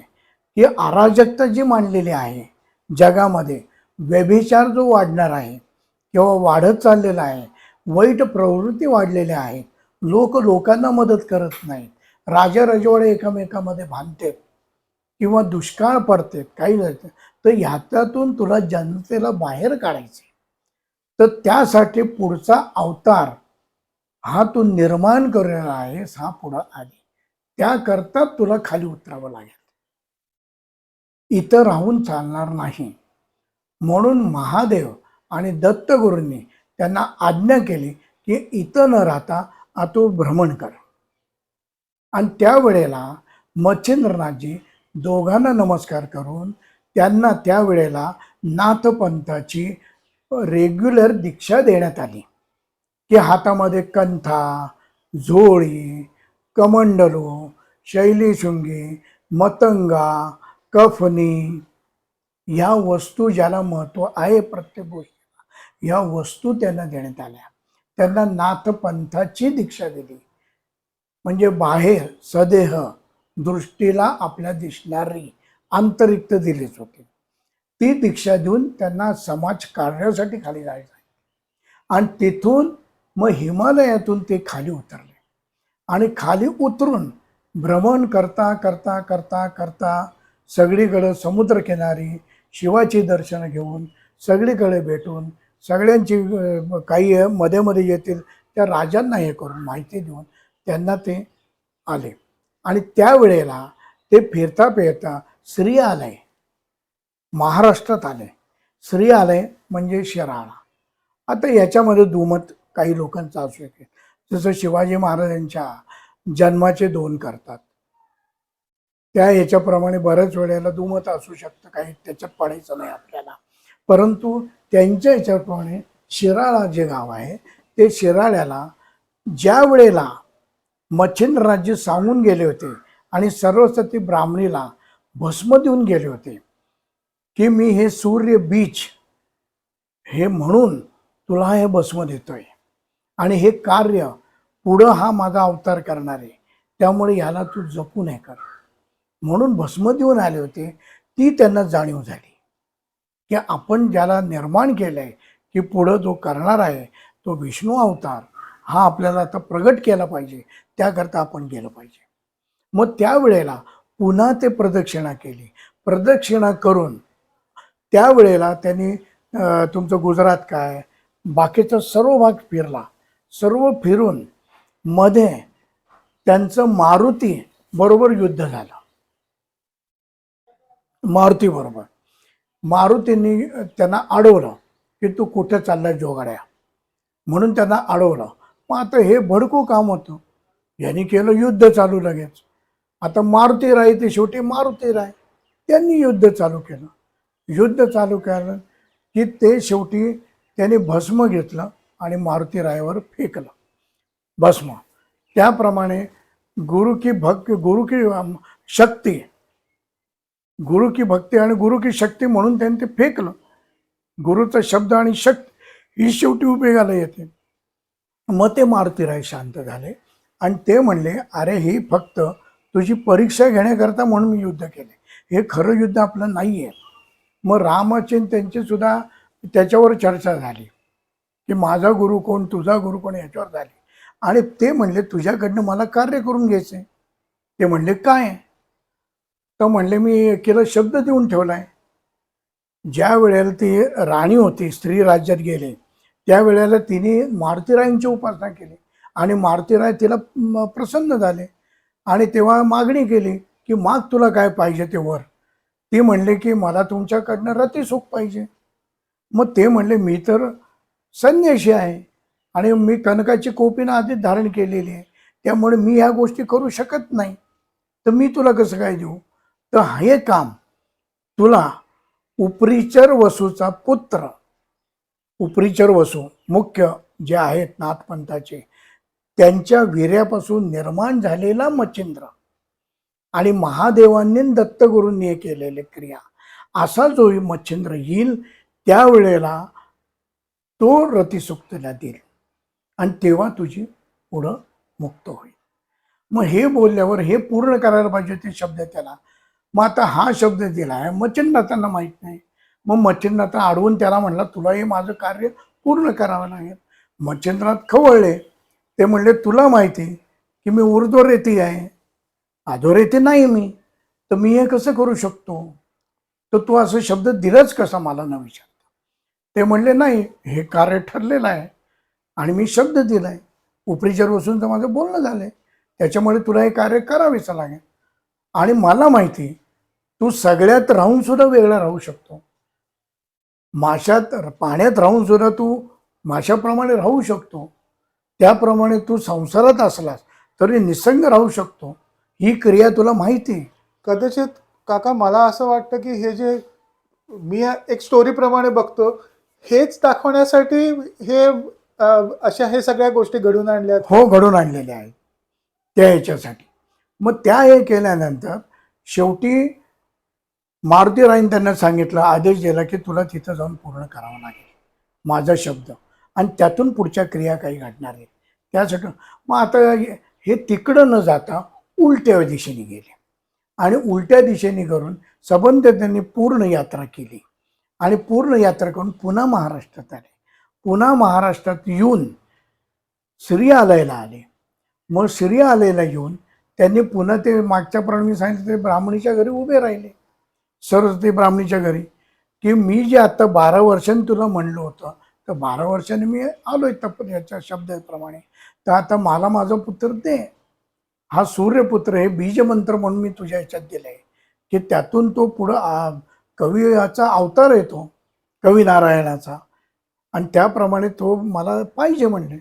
मग ती घाबरून ती बाहेर आली. तिने सांगितलं सगळी घटना मागच्या ह्याच्यात आपण सांगितली, काय घडली काय नाही. ती गोमायातून त्यांना उत्पन्न केलं म्हणून त्यांचं गोरक्ष नाव ठेवलं की गो इंद्रियांचं रक्षण करणारा सर्वांचा आणि पुढं सगळ्या जगाला मार्ग दाखवणारा. परंतु गो इंद्रियातून आलाय, कुठं तरी बीज हे सुद्धा आतमध्ये भूगर्भात झाल्याशिवाय त्याची उत्पत्ती नाही. त्याप्रमाणे आत भूगर्भातच त्यांची उत्पत्ती होऊन ते मोठे तिथं झाले आणि तिथून ते बरोबर सगळ्या घटना घडलेल्या असतात. त्याप्रमाणे 12 वर्ष झाल्यानंतर मच्छिंद्रजी तिथे गेले आणि त्यांना प्रगट केलं आणि प्रगट करून तेजपुंज अतिशय देखणा, की त्याला सगळी इंद्रापासून सगळे लाजवेल असं रूप देखणं, शेवटी ते सूर्यबीज आहे, अवतार आहे विष्णूचा, हे प्रगट करून त्यांना आणलं पुढे. आणून सगळा कार्यक्रम केला, मोठा कार्यक्रम करून जेवण घातलं, तिथं समारंभ केला आणि त्या बाईंना वाईट वाटलं की आता याच्या पुढं काय होणार, हा पुत्र माझ्याकडे आला असता तर हा मला, परंतु मजा अशी आहे हा पुत्र तिच्या गर्भात झाला असता तर शेवटी फरक हा पडलाच असता ना, म्हणून ह्या घटना घडणार होत्या. तर तोच प्रश्न होता की असं काय आहे की त्या गाईच्या सगळ्या शेण होतं आणि शेणामधून बाहेर काढलं, म्हणजे काहीतरी सिग्निफिकन्स असणार. सिग्निफिकन्स, कारण हे विकारातून उत्पन्न झालं असतं आणि हे करायचं नव्हतं. मग हे करण्याकरता सगळं त्यांनी प्रोग्राम ढवळला आणि ढवळून त्यांनी तिला बुद्धी अशी दिली की हे टाकावं, म्हणून त्यांनी ती टाकली. म्हणून ह्या क्रिया सगळ्या ठरलेल्या असतात, होतात, आणि त्यामुळं आपोआपच त्यांना कुठलंही गोरक्षनाथांना चिकटलं नाही, कारण ते भूगर्भातून आलेले आहेत. भूगर्भातून त्यांना ह्या गोष्टी चिकटण्याचा संबंधच येत नाही. त्यामुळे ते वेगळे राहिले, अलग राहिले सगळ्यापासून, कारण ते याच्यातून उत्पन्न झालेले नाहीत, त्याप्रमाणे वेगळे राहिले. मग आता ती बाई म्हणली मी सांभाळते, त्या म्हणल्या नाही मी आता तुझ्याकडे राहणार नाही, कारण मी आता मुलगा ह्यांचा आहे, त्यामुळे मी यांच्याबरोबर जाणार. कारण 12 वर्षाचे झाले होते ते, आणि तशी 12 वर्षाची उपासना त्यांची खाली झाली त्या ह्याच्यामध्ये, कारण तो अवतार आहे. काका हे जरा 12 वर्षाचं सिग्निफिकन्स सांगा ना, काय आहे? 12 वर्ष जी आहेत की आत्ता जे म्हणलं 12 बेग 12 पंथा 12 ऋतू, हे सगळे ज्या गोष्टी ठरलेल्या आहेत, म्हणून 12 ह्याला काही महत्त्व आहे. आणि अजून त्यातली फोड मी तुम्हाला व्यवस्थित सांगेन करून त्या ह्याच्याकरता, कारण मला सुद्धा त्याचं बघावं लागेल त्या ह्याच्याकरता. 108 म्हणायचं जसं आहे 108च का त्याप्रमाणे ते आहे की हे बीज आहे शेवटी, हे एक, आणि एकातून 2 उत्पन्न झालं, द्विदल धान्य उत्पन्न होतं, एकातून 2 उत्पन्न होतं, म्हणून 12 यालाही महत्त्व आहे. त्या आकड्याला एकातून 2 उत्पन्न झालेली, म्हणून ही क्रिया झालेली, ते अलग राहिले. मग ते म्हणले की तुला संतती होईल आम्ही तसं कोणालाही दुःखी ठेवत नाही.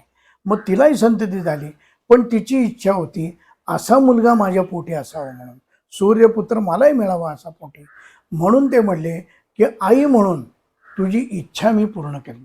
कारण सूर्यबीज हे पहिलं भस्म रूपात तू हातात घेतलेलं आहेस आणि हातात घेऊन त्याचा सांभाळ करून तू टाकलेला आहेस, म्हणजे शेवटी अशी नाही अशी तू माझी आई आहेस. मग तो शब्द मी पुरा करणार, मी पुढच्या जन्मामध्ये पुन्हा तुला येऊन स्वतः मी तुला दीक्षा देईन आणि पुढं काही वर्ष काळानंतर विठामाई जोगन ज्या उत्पन्न झाल्या ती सरस्वती ब्राह्मणी आणि त्यावेळेला ओम दीनानाथ गुरुमाऊली मुखेडला आता ज्यांची समाधी आहे विठामाईंची, त्या जोगन विठामाई आणि ओम दीनानाथ गावले म्हणजे हे गोरक्षनाथ प्रगट होऊन त्यांना गोरक्षनाथांनी दीक्षा दिली आणि पुढं त्या विठामाई जोगन म्हणून झाल्या.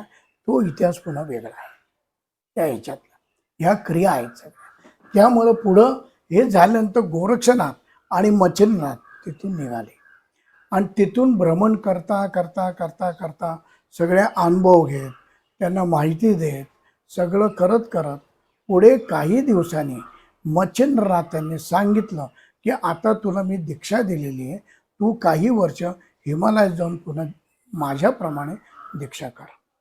काका ह्याच्यामध्ये ना आपण आता त्या मेन पॉइंट पर्यंतच येतोय की मच्छिंद्रनाथ आणखीन जे जे आपण सिरियलमध्ये बघितलं होतं ते सिरियलमध्ये एक्झॅक्ट जे पोथ्यांमध्ये दिलेलं तेच आहे की यांनी डायरेक्टर्सनी सिनेमॅटिक लिबर्टीज घेतल्या आणखीन TRP वाढण्यासाठी काय केलेलं? मजा कशी आहे की हे नॉर्मल आहे, म्हणजे हे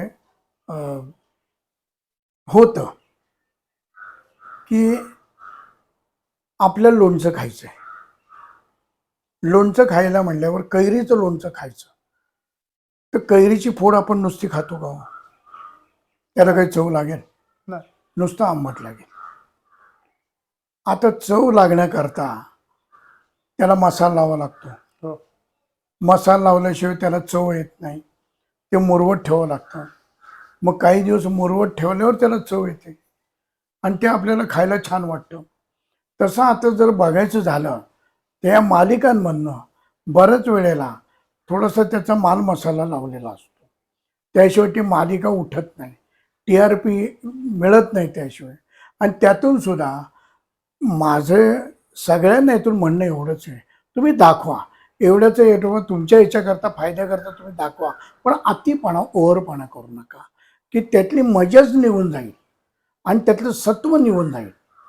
ते एवढं सत्य असेल तर एवढं करा, पण एवढं करू नका तुम्ही.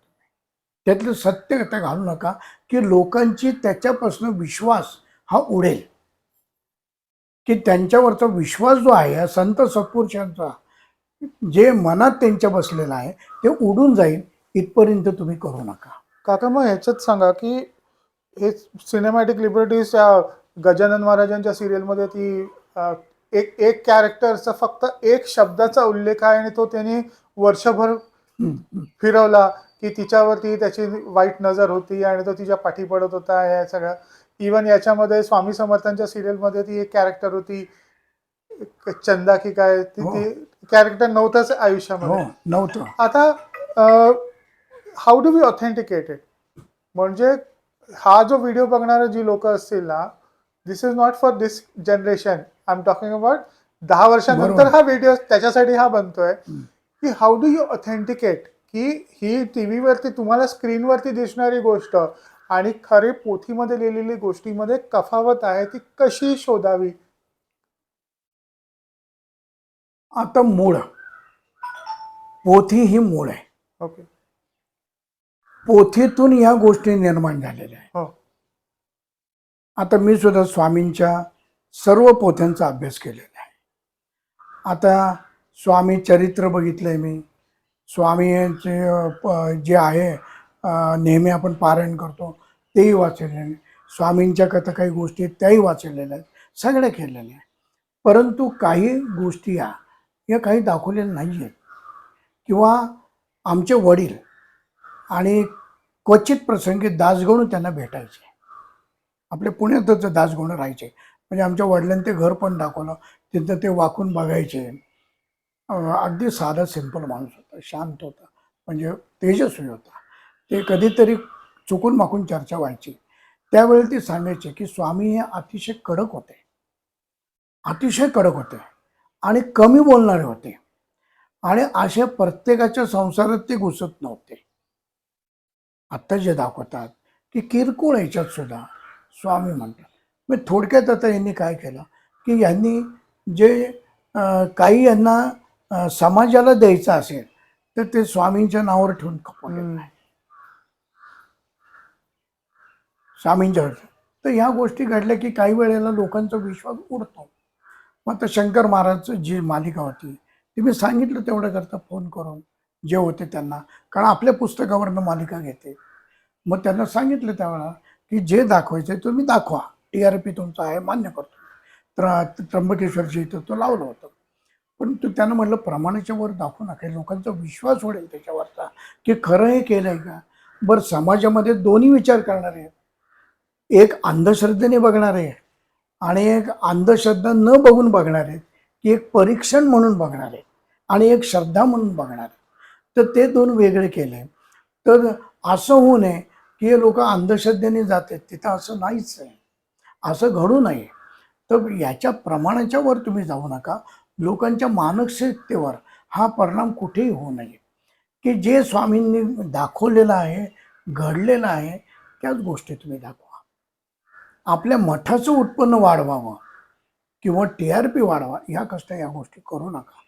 याच्यावरनं काही दिवसांनी पोरांचा, नवीन जनरेशनचा विश्वास जाईल.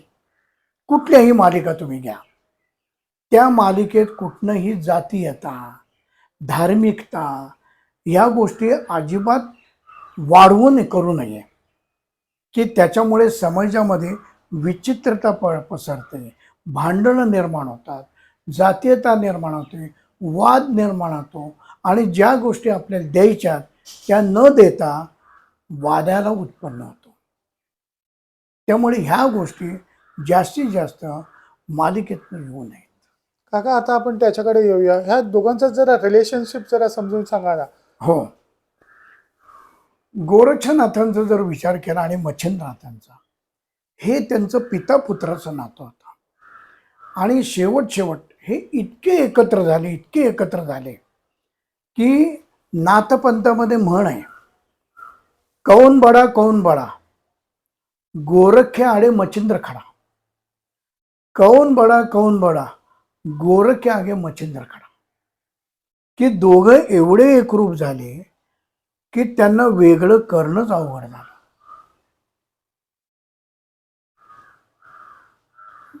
म्हणून इतकं एकरूप आपण गुरुशी व्हायला पाहिजे की गुरु आणि आपण, जसे शंकर महाराज त्यांच्याशी काही शिष्य हे एकरूप झाले होते की त्यांच्यातच शंकर महाराज त्यांना दिसायचे खरे. त्या ह्याच्यात इतकं एकरूप झालं. शंभूजती, आता आम्ही शंकर महाराजांना हा प्रश्न विचारला, मी स्वतः विचारला, अंगात प्रवेश झाला की महाराज आम्ही वास्तव्य करतोय, पण हे शंभूजती कोण आहेत? शंभूजती शिव गोरक्षनाथ म्हणतात, त्यांचं नाव घेतात, हे कोण आहेत? ते म्हणले हे शंभूजती जे आहेत हे गोरक्षनाथांचे पट्ट शिष्य आहेत आणि हे पट्ट शिष्य एवढे आहेत की गोरक्षनाथ, जसे मच्छिंद्रनाथ गोरक्षनाथ एकत्र झाले तसे गोरक्षनाथ आणि शंभूनाथ हे वेगळे नाहीत, हे एकत्र झाले. म्हणून त्यांच्यात फरक नाही. परंतु काही साधने उपासने करता काही वर्ष मच्छिंद्रनाथांनी सुद्धा गोरक्षनाथांना आपल्यापासून वेगळं केलं. की जसं बालक आईजवळ वडिलाजवळ सतत असेल तर त्याची वाढ होत नाही, झाडाखाली झाड वाढत नाही, ते पंखाखालीच राहतं, स्वतःचे पंख उडून तयारच होत नाही उडायला. त्याकरता सगळी निर्माण व्हावी त्याच्यात, म्हणून गोरक्षनाथांना 12 वर्ष मच्छिंद्रनाथांनी साधने करता अलग केलं होतं आणि अलग करून त्यांना त्यांची उपासना वेगळी दिली होती, भाग वेगळे होते आणि आपण इतर ठिकाणी भ्रमण करत होते. पण गोरक्षनाथ कुठेही फिरले तरी त्यांचे लक्ष मात्र सतत मच्छिंद्रनाथांकडे असायचे आणि इंटरकॉम त्यांचे चालू असायचे त्यावेळेला. त्यामुळे त्या पद्धतीत मानसिकदृष्ट्या हे वेगळे नव्हते, उपासने करता साधने करता ते वेगळे शारीरिकदृष्ट्या होते. हे घेण्यासारखं आहे. मग आता पुढच्या कथा मी सांगेन की असं करता करता गोरखपूरला कशी आली, गोरखपूरला काय महत्व आहे त्या ह्याच्यात काय वेळा. तर काका आपण ना पुढच्या एपिसोडमध्ये ते घेऊया. काही हरकत नाही. पुढचं, कारण ते खूप मोठं आहे ते. नाही म्हणून विचारतो. एक वेगळ्याच एपिसोड. काका, आज तुम्ही आम्हाला वेळ दिला, खूप खूप धन्यवाद. बरोबर. नमस्कार. आदेश आदेश.